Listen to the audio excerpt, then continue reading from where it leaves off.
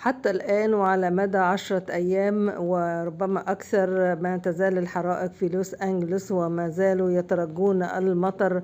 وهناك من يعني قال أن عجز العلم عن أي تحرك بعد أن أصبح اللون الرمادي هو حاكم كل شيء في المدينة نتاج الاحتراق، ويطلبون الأمطار. وهناك يعني من تحدث عن ربما صلاة الاستسقاء لطلب المطر، لأنه هو الهدف الوحيد أو هو الحل الوحيد لإطفاء هذه الحرائق التي شردت أكثر من 170 ألف و12 ألف منزل قد تهدموا من يعني المنازل الفاخرة.